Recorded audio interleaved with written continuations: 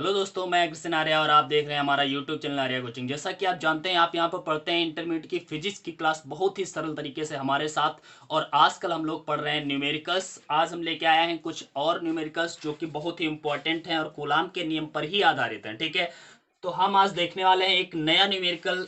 तीन चार आज न्यूमेरिकल हम लोग देखेंगे और इन तीन न्यूमेरिकल्स में हम लोग बहुत कुछ सीखने वाले हैं। तो हम कहना चाहेंगे कि अगर अभी तक आपने हमारा चैनल सब्सक्राइब नहीं किया है तो सब्सक्राइब कर लीजिए और बेल आइकन को जरूर प्रेस कर दीजिएगा, जिससे आपको आने वाले वीडियोस का नोटिफिकेशन सबसे पहले मिल सके। ठीक है, तो आज की क्लास हम शुरू करेंगे। आज की क्लास में मैंने ये पहला न्यूमेरिकल लिया है। यहाँ पर 8 माइक्रोकूलाम एवं -2 माइक्रोकूलाम के दो आवेश 20 सेंटीमीटर की दूरी पर स्थित हैं। किसी तीसरे आवेश को कहां रखा जाए कि उस पर नेट बल शून्य हो। ठीक है, इस न्यूमेरिकल को शुरू करने से पहले मैं आपको कुछ बात बताना चाहूंगा, उसको ध्यान से देख लीजिएगा। मान लिया यहाँ पर तीन आवेश इस प्रकार से हैं। यहाँ पर तीन आवेश हैं, एक क्यू है, दूसरा क्यू है और तीसरा भी क्यू है। ये बिंदु ए पर स्थित है, ये बिंदु बी पर स्थित है और ये बिंदु सी पर स्थित है। ऐसी कंडीशन अगर होती है और हम कहते हैं बिंदु सी पर लगने वाला बल क्या होगा, तो बिंदु सी पर लगने वाले बल को जो हम ज्ञात करते हैं तो हम देखते हैं कि बिंदु सी पर जो भी बल लगेंगे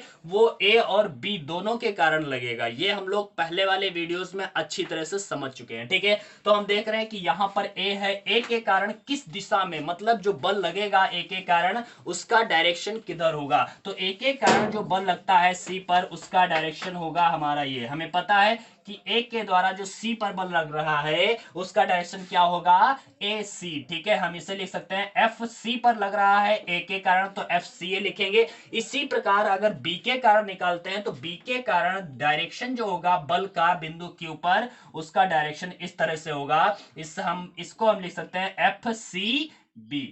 ठीक है, लेकिन ये कंडीशन कब होती है, जब दोनों आवेशों की प्रकृतियां समान हो। मतलब कहने का यह है दोनों आवेश पॉजिटिव हो या फिर दोनों आवेश निगेटिव हो। ठीक है, मतलब लाइक चार्जेज होते हैं, एक जैसे चार्ज होते हैं, एक जैसे आवेश होते हैं, तभी ये कंडीशन होती है। यहां पर प्लस है, ये भी प्लस का है, दोनों आवेश प्लस के हैं, इसलिए डायरेक्शन जो हमने सोचा है वो बिल्कुल सही है। यहां पर भी डायरेक्शन बिल्कुल सही है। लेकिन अगर उन दोनों आवेशों में से कोई एक आवेश भी माइनस का हो जाता है या फिर दोनों के डिफरेंट मतलब प्रकृतियां हो जाती हैं, एक पॉजिटिव हो जाता है एक निगेटिव हो जाता है, तो ऐसी स्थिति में जो हमारा बल होता है उसका डायरेक्शन तुरंत बदल जाता है। मतलब जो हमने सोचा है उसका डिफरेंट हो जाता है। जैसे अगर हम यहीं पर कर दें ये माइनस का क्यू है और ये प्लस का क्यू है, तो क्या हो जाएगा, यहां पर अभी तक तो बल का डायरेक्शन हमने एफ सी ए का क्या दिखाया था,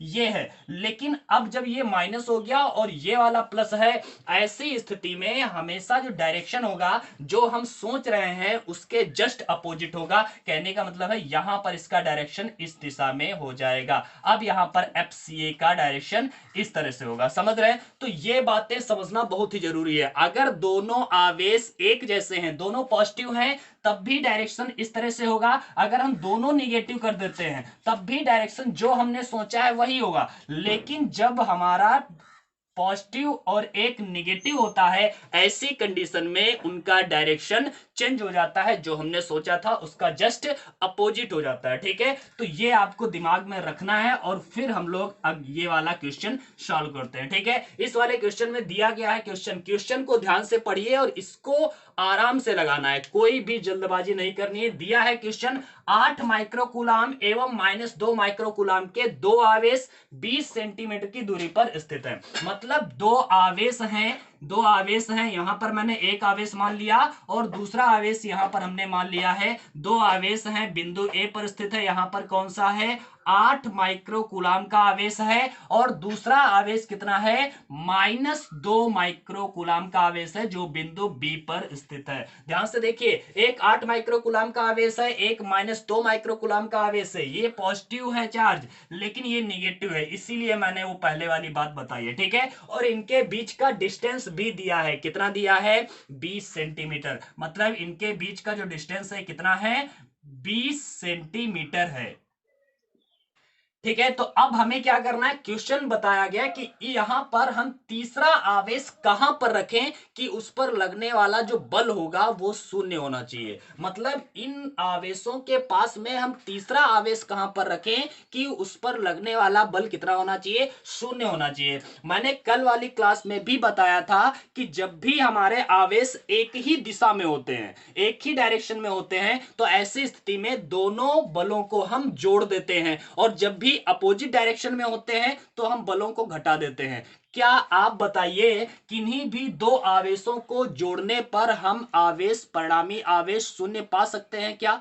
तो आंसर होना चाहिए नहीं, क्योंकि कोई भी आवेश हो, भले ही चाहे जितने छोटे आवेश हो, लेकिन अगर हम उनको ऐड करते हैं, जोड़ते हैं, तो कभी भी हम उनको मतलब जीरो नहीं प्राप्त कर सकते। ठीक है, तो हमें क्या करना होगा, इनको आपस में घटाना होगा, और अगर घटाना होगा तो इसका मतलब है उनका डायरेक्शन भी बदला हुआ होना चाहिए। मतलब एक का डायरेक्शन अगर इधर है तो दूसरे का डायरेक्शन इस दिशा में होना चाहिए। ठीक है, तो मतलब अपोजिट डायरेक्शन होना चाहिए। अब देखिए अपोजिट डायरेक्शन कहां पर हो सकता है यार। ठीक है, तो सबसे पहले हम एज्यूम करते हैं कि तीसरा आवेश अभी हमें पता नहीं है कहां पर रखना चाहिए, यही तो पूछा गया है कहां पर रखें। ठीक है, तो हम यहां पर एज्यूम कर लेते हैं ए और बी के बीच में कहीं पर भी हमने तीसरा आवेश रख दिया, बिंदु सी पर। ठीक है, और अब देखते हैं अगर हमने बिंदु सी पर यहां पर तीसरा आवेश रखा है तो यहां पर दोनों, जो ये दोनों आवेश हैं, दोनों आवेश इस पर बल लगाएंगे, और जब बल लगाएंगे तो इनका डायरेक्शन किधर होगा? अगर दोनों का डायरेक्शन सेम है तो इसका मतलब है हम कभी जीरो प्राप्त नहीं कर सकते, क्योंकि हमें परिणामी आवेश क्या पाना है, नेट आवेश हमें शून्य प्राप्त करना है। तो मतलब दोनों आवेशों, दोनों बलों का जो डायरेक्शन होना चाहिए वो अपोजिट होना चाहिए। हम सबसे पहले 8 माइक्रो कूलाम के द्वारा देखते हैं। यहां पर तीसरा आवेश कोई भी होगा, क्यू हो गया, मान लिया ये पॉजिटिव है अगर, ठीक है, तो ये पॉजिटिव चार्ज है अगर क्यू, तो यहां पर ध्यान से देखते हैं 8 माइक्रो कूलाम का ये है, और प्लस ये भी है क्यू कूलाम का। ठीक है, तो यहां पर Q है, ये भी पॉजिटिव है, ये भी पॉजिटिव है, तो यहां पर A के द्वारा जो C पर बल लग रहा होगा, ध्यान से देखिए, A के द्वारा जो C पर बल लग रहा होगा, ये बिंदु कौन सा है, C, तो A के द्वारा जो C पर बल लग रहा होगा, जिसे हम FCA बोलेंगे, उसका डायरेक्शन किधर होगा, तो इसका डायरेक्शन होगा हमारा इस दिशा में। क्यों होगा, क्योंकि ये भी पॉजिटिव है, ये भी पॉजिटिव है, ए के द्वारा सी पर लगने वाला बल इस डायरेक्शन में होगा। ठीक है, इसी प्रकार हम बी के द्वारा बल देखते हैं कि बी जो है वो सी पर किस डायरेक्शन में बल लगाएगा। तो हमें पता है बी सी पर किस डायरेक्शन में बल लगाएगा, इस डायरेक्शन में बल लगाएगा, जिसे हम बोलेंगे एफ सी बी। ठीक है, बी द्वारा सी पर किस डायरेक्शन में बल लगाया जाएगा, इस डायरेक्शन में। लेकिन ध्यान से ये देखिए कि ये है पॉजिटिव और ये है निगेटिव, तो हमने बताया था जब भी एक पॉजिटिव आता है और एक निगेटिव आता है, ऐसी कंडीशन में हम क्या करते हैं, जो भी हमने डायरेक्शन सोच के रखा होता है, जस्ट इसका अपोजिट डायरेक्शन होता है। इसका मतलब एफ सी बी का डायरेक्शन हमने ये सही नहीं कहा है। कौन सा डायरेक्शन होगा, इस दिशा में वो बल लगेगा। क्यों, क्योंकि एक पॉजिटिव है यहां पर और एक निगेटिव है, इसलिए हमारा जो डायरेक्शन जो हमने सोचा था उसका जस्ट अपोजिट हो जाएगा। ठीक है, तो हम कह सकते हैं कि एफ सी बी का जो डायरेक्शन होगा वो भी कौन सा है, सेम डायरेक्शन है जो एफ सी ए का था। ठीक है, तो हम देख रहे हैं एफ सी ए और एफ सी बी दोनों का डायरेक्शन सेम है, और अगर दोनों का डायरेक्शन सेम है तो ये क्या होंगे, दोनों ऐड हो जाएंगे, और अगर दोनों ऐड होंगे तो क्या हम जीरो प्राप्त कर पाएंगे, नहीं। इसका मतलब है हम सी को, मतलब इस आवेश को इन दोनों के बीच में कहीं पर नहीं रख सकते, क्योंकि अगर हम इन दोनों के बीच में कहीं रखेंगे तो इसका मतलब है कि हमारा परिणामी बल कभी भी शून्य नहीं आ सकता। ठीक है, तो अब हम क्या करते हैं, अब हमें क्या करना होगा, इनके बीच में तो रख नहीं सकते, अब इनके बाहर कहीं पर रख लेते हैं। हमने मान लिया कि यहां पर मैंने कोई भी आवेश रख लिया, यहां पर हमने तीसरा आवेश बिंदु सी पर रखा, और यह है हमारा आवेश पॉजिटिव चार्ज। ठीक है, अब देखते हैं यहां पर क्या डायरेक्शन विपरीत आते हैं, तो आंसर मिलेगा बिल्कुल आते हैं। क्यों, क्योंकि जो 8 माइक्रो कूलाम का आवेश है, ये जब सी पर बल लगाएगा तो एफ सी ए का डायरेक्शन क्या होगा, बताइए, एफ सी ए का डायरेक्शन क्या होगा, ये भी पॉजिटिव है, ये भी पॉजिटिव है, तो इसका डायरेक्शन इस तरह से होगा जिस तरह से मैंने यहां पर एरो में दिखाया है। ठीक है,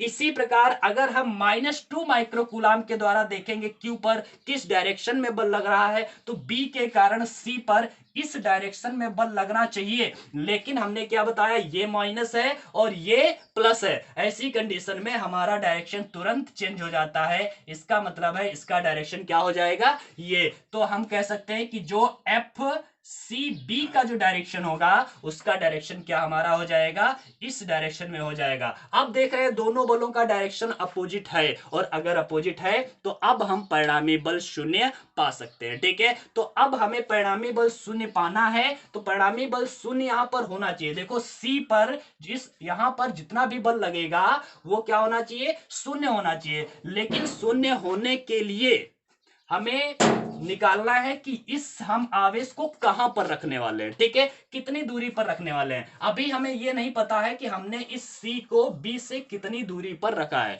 यही तो दूरी हमें ज्ञात करनी है, और अगर ये दूरी निकल आती है तो वही हमारा आंसर होगा। ठीक है, तो हम अभी मान के चलते हैं कि बी से और सी तक की जो दूरी है वो हमारी कितनी है, एक्स है। बी से सी तक की दूरी कितनी है, एक्स है। अगर बी से सी तक की दूरी एक्स है तो हमें पता है कि जितना बल ये लगाएगा इस डायरेक्शन में उतना ही बल ये वाला लगाएगा इस डायरेक्शन में, और दोनों बल जब बराबर होंगे तभी घटाने पर जीरो मिल सकता है। कहने का मतलब है एफ सी ए जो है, ध्यान से देखिए, एफ सी ए जो है वो बराबर होना चाहिए एफ सी बी के, क्योंकि अगर एफ सी ए और एफ सी बी बराबर नहीं होगा तो क्या घटाने पर जीरो मिलेगा, कभी नहीं मिलेगा। तो ये भी याद रखना है आपको कि हमारा जब भी जीरो बल प्राप्त कर रहा है तो इसका मतलब है दोनों बल हमारे अपोजिट वाले आपस में इक्वल होना चाहिए, क्योंकि अगर 10 न्यूटन का इधर से लग रहा है और 10 न्यूटन का ही इधर से लगेगा तभी तो जीरो होगा।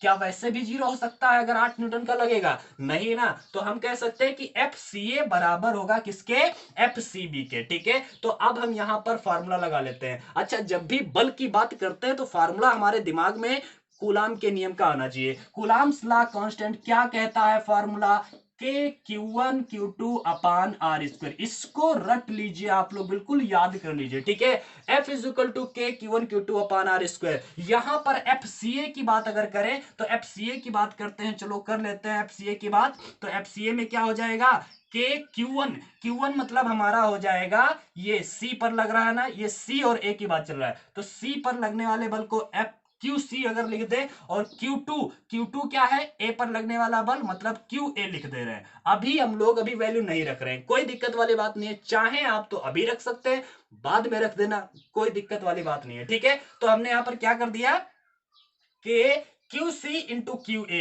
क्यू सी मतलब सी पर लगने वाला बल, क्यू ए इंटू क्यू पर लगने वाला बल, अपान में दोनों के बीच का दूरी, और दोनों के बीच की दूरी कितनी है बच्चा, 20 प्लस एक्स, कितना है 20 प्लस एक्स सेंटीमीटर। ठीक है, तो यहां पर हम क्या लिखेंगे, 20 प्लस एक्स सेंटीमीटर का होल स्क्वायर हो जाएगा, क्योंकि नीचे क्या होता है आर स्क्वायर। आर क्या था, दोनों के बीच की दूरी, मतलब ए सी पर जो बल लग रहा है किसके द्वारा, ए पर, तो सी पर जो बल लग रहा है ए के द्वारा, तो सी और ए के बीच का जो डिस्टेंस है वो क्या है 20 प्लस एक्स। ठीक है, तो हमने लिख दिया 20 प्लस एक्स का होल स्क्वायर। ठीक है, बराबर में आगे इसी प्रकार एफ सी बी के बीच में यही करना है, सी बी यहां पर क्या करेंगे, के के बाद में क्यू वन क्या होता है, यहां पर क्यू वन मतलब सी पर लगने वाला बल, और इंटू क्यू टू मतलब बी पर लगने वाला बल क्यू बी, और अपान में आर स्क्वायर। तो यहां पर आर कितना है, सी और बी के बीच का जो डिस्टेंस है वो कितना है, एक्स है,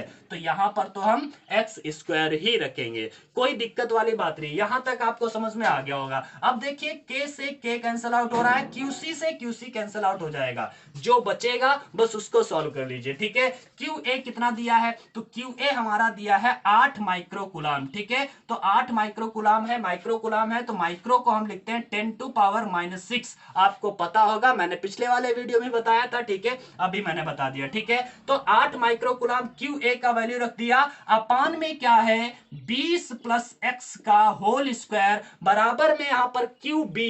ठीक है, तो क्यू बी का वैल्यू क्या है, तो क्यू बी का वैल्यू है मतलब बी पर लगने वाला बल कितना है, -2 माइक्रो कूलाम। यहां पर 2 माइक्रो कूलाम है, 10 की पावर -6 लिख दिया, और इनटू में हमारा क्या, अपान में क्या हो जाएगा एक्स स्क्वायर हो जाएगा। बच्चा यहाँ पर माइनस हमने क्यों नहीं लिया, क्यों नहीं लिया? सिंपल सी बात है, आवेश जब भी हम रखेंगे, कहीं पर भी रखेंगे, हम आवेशों को माइनस में नहीं रखेंगे। केवल ये हमें डायरेक्शन तो दे देंगे कि इसका डायरेक्शन इधर है, इसका डायरेक्शन इधर है। हम माइनस और प्लस से केवल डायरेक्शन पता करते हैं, उनको हम निगेटिव पॉजिटिव कभी नहीं रखते। ठीक है, तो ये याद रखिएगा। अब हम क्या करेंगे, इसको सॉल्व करते हैं। 10 to power minus 6, 10 to power minus 6 तो कैंसिल आउट हो ही जाना है। यहां पर 2 और 8 को कैंसिल आउट करेंगे, 2 से 8 काटेंगे तो क्या बचेगा, 4। इस तरह से हम कह सकते हैं कि ये निकल के आएगा 4 अपान में 20 प्लस एक्स का होल स्क्वायर, और बराबर में यहां पर 1 अपान में एक्स स्क्वायर। ठीक है, तो ये वैल्यू हमारे पास बचा है। हम यहां पर क्या लिख सकते हैं, ध्यान से देखना जरा। हम यहां पर 2 अपान 20 प्लस एक्स का होल स्क्वायर लिख सकते हैं क्या? बिल्कुल लिख सकते हैं, क्योंकि 4 किसका स्क्वायर होता है, 2 का स्क्वायर होता है, और नीचे तो स्क्वायर था ही। बराबर में 1 अपान एक्स का होल स्क्वायर लिख सकते हैं क्या? लिख सकते हैं। तो हम कह देंगे square square will be cancel out, then क्या बचेगा, तो यहां बचेगा 2 अपान 20 प्लस एक्स और इक्वल में 1 अपान एक्स। यहां पर हम क्रॉस मल्टीप्लाई कराएंगे तो ये क्या हो जाएगा, 2 और एक्स, एक्स और 2 का मल्टीप्लाई क्या हो जाएगा, तो बच्चा 2x हो जाएगा, और बराबर में 20 प्लस एक्स का मल्टीप्लाई हो जाएगा। 20 और 1 का करिए 20, और x और 1 का करिए तो x। x को इधर लेके आते हैं तो क्या हो जाएगा, 2x माइनस का x आएगा, बराबर में 20, और यहां पर बचेगा क्या, x इज इक्वल टू 20, मतलब सेंटीमीटर। अगर ये हमने सेंटीमीटर को मीटर में बदल लिया होता तो ये मीटर में आंसर आ जाता, सेंटीमीटर में ही रखा था इसलिए सेंटीमीटर में आंसर आ गया। ठीक है, यहां पर हमने, आप लोग सोच रहे होंगे कि दूरी को हमेशा मीटर में रखा जाता है। हाँ बच्चा, रखा जाता है, हमेशा रखा जाता है। अगर हमें दूरी ना निकालनी होती और कोई चीज निकालना होता, आवेश निकालना होता, बल निकालना होता, ऐसी कंडीशन में हम दूरी को मीटर में बदल करके ही रखते। लेकिन दूरी दी है और दूरी ही हमें निकालनी है, तो ऐसी कंडीशन में हम बदलें या ना बदलें। अगर नहीं बदलते हैं तो जिस यूनिट में दिया था दूरी, उसी यूनिट में हम दूरी निकाल लेते हैं। अगर ये सेंटीमीटर में दिया था तो सेंटीमीटर में ही निकल के आएगी, और अगर मीटर में दिया होता तो हम मीटर में ही निकाल के ले आते। ठीक है, तो हमें ये पता चल गया कि x जो है कितना है, 20 सेंटीमीटर। इसका मतलब हम समझ चुके हैं कि इस आवेश को, तीसरे आवेश को कहां रखना चाहिए, बिंदु आवेश जो -2 माइक्रोकूलम है, इसके दाईं ओर 20 सेंटीमीटर की दूरी पर रखना चाहिए, जहां पर उस पर नेट बल हमारा शून्य हो जाएगा। बात क्लियर है आपको? ठीक है, तो इस तरह से हम लोगों ने इस क्वेश्चन को सॉल्व कर लिया है, कोई दिक्कत वाली बात नहीं है, आराम से सॉल्व हो जाएगा। ठीक है, अब हम देखते हैं एक अगला न्यूमेरिकल, और अगला न्यूमेरिकल बहुत ही इंपॉर्टेंट है और बहुत ही मजेदार है, ध्यान से समझिएगा। तो अब देखते हैं अगला न्यूमेरिकल। अगला न्यूमेरिकल यहां पर हमने दिखाया है, बहुत बड़ा न्यूमेरिकल था इसलिए मैंने उससे लिखा नहीं है हिंदी में, लेकिन मैंने यहां पर समझा दे रहा हूं, आप लोग चाहेंगे तो लिख सकते हैं। ठीक है, यहां पर क्या है, दो आवेश हैं, दो समान आवेश हैं Q और Q, जो दो, हम कह सकते हैं दो समान आवेशित गोले हैं। ठीक है, A और B दो समान आवेशित गोले हैं जिनके बीच की दूरी क्या है, D है। ये बताया गया है दो समान आवेशित गोले हैं और इनके बीच की दूरी कितनी है, D है। तो मान लिया दोनों पर आवेश कितना कितना है, Q है। हमने मान लिया इस पर भी Q है, इस पर भी Q है, और इनके बीच की दूरी D है। अब बताया गया है कि बाद में दो गोले और लिए जाते हैं जिन पर कोई भी आवेश उपस्थित नहीं है, मतलब कहने का है वो अनावेशित चालक हैं, मतलब अनावेशित गोले हैं, इन पर कोई भी आवेश उपस्थित नहीं है। और हम करते क्या हैं, सी वाले को ए के पास में ले जाते हैं, सी वाले को ए के पास में ले जाते हैं, और डी वाले को बी के पास में ले जाते हैं, और पास में ले जाने के बाद में फिर इनको सेपरेट कर देते हैं, फिर इनको अलग कर देते हैं, और अलग करके इस तरह से इनको दोबारा रख दिया जाता है। इनको जब रखा जाता है इस तरह से, तब इनके बीच की दूरी कितनी रखी जाती है, d/2। कितनी रखी जाती है, d/2। पहले दूरी कितनी थी, d थी, लेकिन अब उनके बीच की दूरी को d/2 कर दिया जाता है। तो अब हमें बताना है कि इन दोनों के बीच में आखिर अब कितना बल लग रहा है। ठीक है, ये हमें बताना है। ठीक है, तो क्वेश्चन आप लोग समझ चुके होंगे, दो आवेशित गोले हैं जिन पर दोनों पर आवेश है Q और इनके बीच की दूरी d है। तो अगर इनके बीच की दूरी d है, दोनों पर आवेश Q है, तो इन पर लगने वाला जो बल बल होगा बच्चा वो कितना होगा बताइएगा जरा। तो इन पर लगने वाला जो बल हो जाएगा कितना हो जाएगा, तो हम कह सकते हैं इन पर लगने वाला जो बल होगा वो कूलाम ने बताया है कितना होता है, के Q1 Q2/r²। Q1 कितना है Q और Q2 कितना है Q, तो Q1 Q2 Q into Q क्या हो जाएगा Q²/r²। यहां पर क्या है D, तो D² हो जाएगा, R² नहीं होगा, यहां पर क्या होगा D² हो जाएगा। ठीक है, तो हमने देखा F इज इक्वल टू क्या हो जाएगा KQ²/D²। ये अभी तो बल लग रहा है, लेकिन अब बाद में कुछ गड़बड़ किया गया है। क्या किया गया है बताया, दो अनावेशित गोले इनके पास में ले जाए जाते हैं, मतलब दो C और D दो आवेश बिना आवेश के गोले हैं और C वाले को A से कनेक्ट किया जाता है। जब C वाले को A से कनेक्ट किया जाएगा तो हमने बताया था कि इस A वाले का आवेश C वाले पर आएगा, कितना आएगा, तो समान रूप से वितरित हो जाता है। क्या हो जाता है, समान रूप से वितरित हो जाता है। मतलब जब A वाला C के पास आएगा तो हमारे A पर कितना आवेश तब बचेगा जब हम इसको अलग करेंगे। तो सिंपल सी बात है, हमें पता है कि Q+0, Q इसका आवेश 0 इसका आवेश, इन दोनों का आवेश जोड़ करके आधा आधा बांट देंगे, मतलब Q/2। मतलब है कि अब दोनों पर Q/2 आवेश आ जाएगा। मतलब जब हम C को अलग कर देंगे तो अब A के पास कितना आवेश बचेगा Q/2।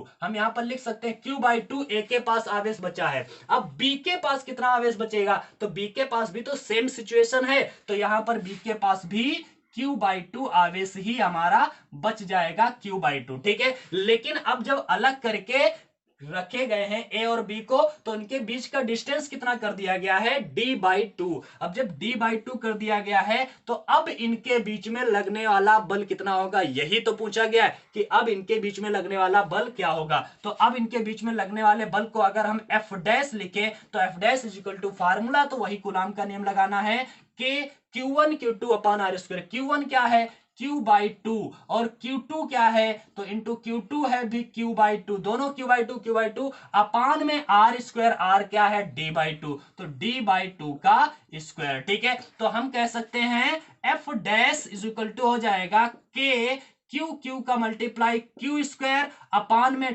2 जा हो जाएगा 4। इसी प्रकार नीचे भी D का स्क्वायर D² अपान में हो जाएगा 2 का स्क्वायर 4, और 4 से 4 कैंसिल आउट हो जाएगा, तो हमारा F' जो निकल के आएगा वो क्या निकल के आएगा KQ² अपान में D²। अब ध्यान से देखिए KQ² अपान में D², अब आ रहा है बल, और पहले कितना था KQ² अपान में D², मतलब बराबर बल है, जितना पहले था अब भी उतना है। मतलब ये वाला जो वैल्यू है किसका, F का, तो यहां पर हम F लिख सकते हैं, तो F' इक्वल क्या होगा F होगा। मतलब है इनके बीच में अब लगने वाले बलों में कोई परिवर्तन नहीं होने वाला है। अगर हम C और D को टच करके हटा भी देते हैं लेकिन उनके बीच की दूरी आधी कर देते हैं तो उनके बल पर कोई प्रभाव नहीं पड़ेगा। मतलब अब भी बल F ही लग रहा होगा जितना पहले लग रहा था। ठीक है, तो इस तरह से हमने देखा कोई भी क्वेश्चन बड़ा लिखने में लिखा हुआ है, बहुत बड़ा लिखा हुआ है,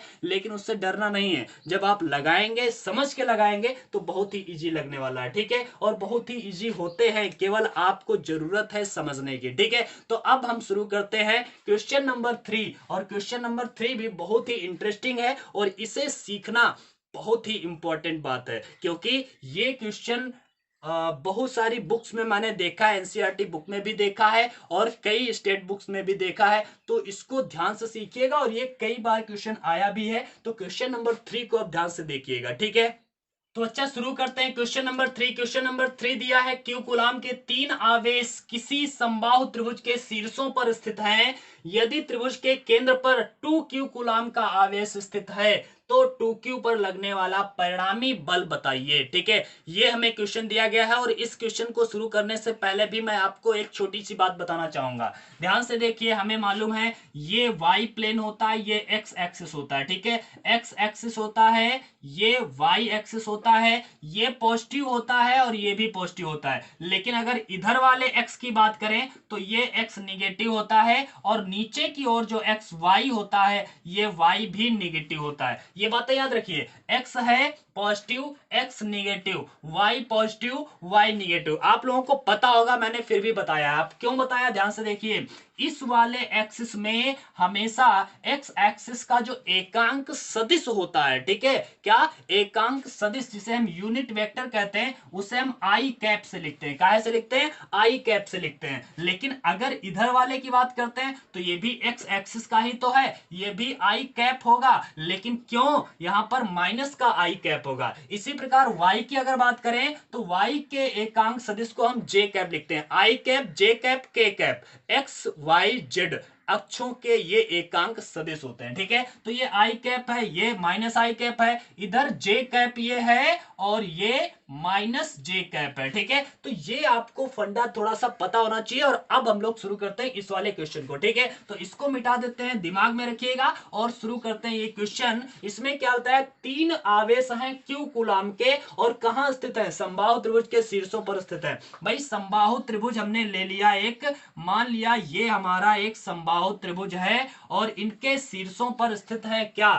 3 आवेश स्थित हैं। ये एक बिंदु ए है, ये बी है, ये सी है, यहां पर क्यू आवेश स्थित है, यहां पर भी क्यू आवेश स्थित है, और यहां पर भी क्यू आवेश स्थित है। बताया गया है यदि त्रिभुज के केंद्र पर 2 क्यू कूलाम का आवेश स्थित हो। इस त्रिभुज का केंद्र मान लिया ये है हमारा इसका केंद्र, जिसे हम जी से लिखते हैं। तो यहां पर कितना आवेश स्थित है?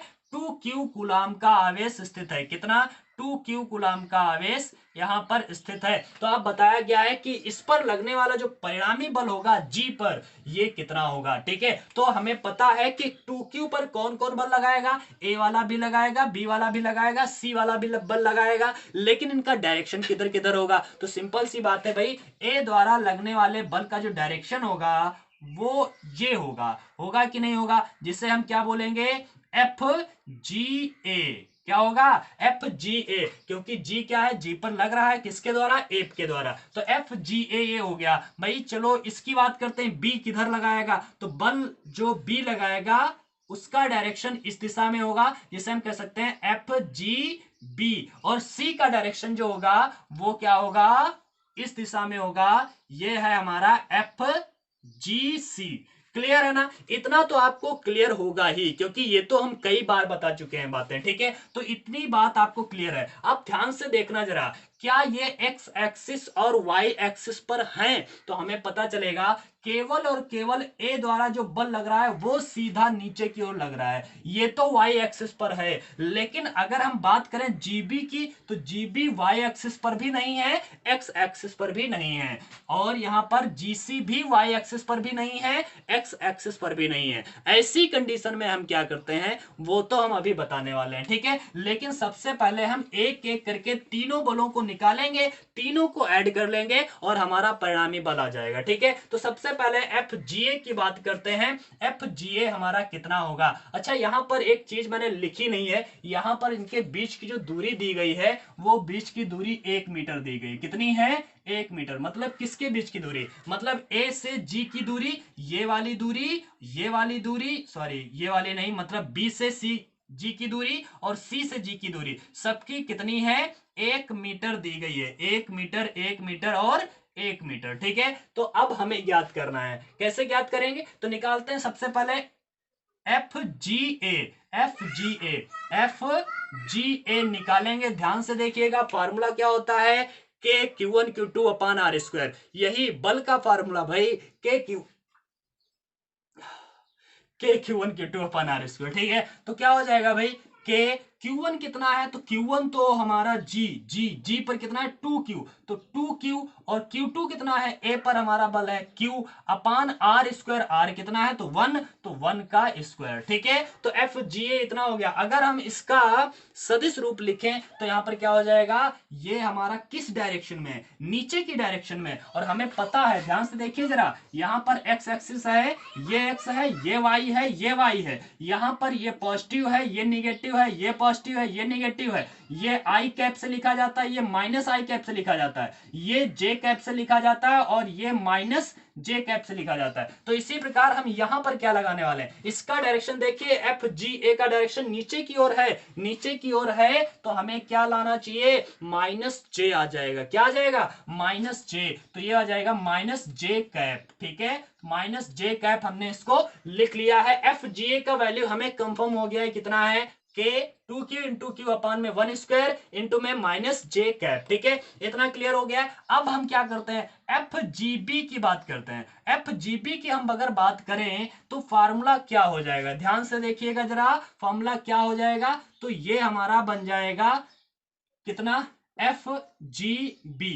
एफ जी बी का फॉर्मूला क्या हो जाएगा, तो भाई वही तो होगा के Q1, Q1 मतलब G पर कितना आवेश है, 2Q, Q2 कितना है, B पर आवेश, B पर आवेश Q अपान में A स्क्वायर, मतलब इनके भी बीच की दूरी G और B के बीच की दूरी भी 1 मीटर है, तो 1 स्क्वायर इंटू में यहां पर जो डायरेक्शन है उसको देखिए, इस डायरेक्शन में हम आई कैप लेंगे या जे कैप लेंगे, क्या लेंगे, नहीं ना, ऐसे हम नहीं ले सकते। ऐसी कंडीशन में हम क्या करते हैं, इसको वियोजित करते हैं, हमेशा याद रखिएगा, ऐसी कंडीशन में हमें इसे वियोजित करना होगा। जब भी हमें बीच में ऐसे दे रहा होगा तो हमें इसको वियोजित करना होगा, क्षैतिज और ऊर्ध्वाधर घटकों में वियोजित करेंगे। और यहां पर ध्यान से देखना, यहां पर एंगल कितना है, तो यहां पर हमें मालूम है ये कौन सा ट्रायंगल था, ये समबाहु त्रिभुज था। समबाहु त्रिभुज के जो कोण होते हैं 60-60 अंश के होते हैं। अगर हम आधे की बात करें तो ये 30 अंश का होगा, अगर ये 30 अंश का होगा तो 100% ये भी 30 का रहा होगा।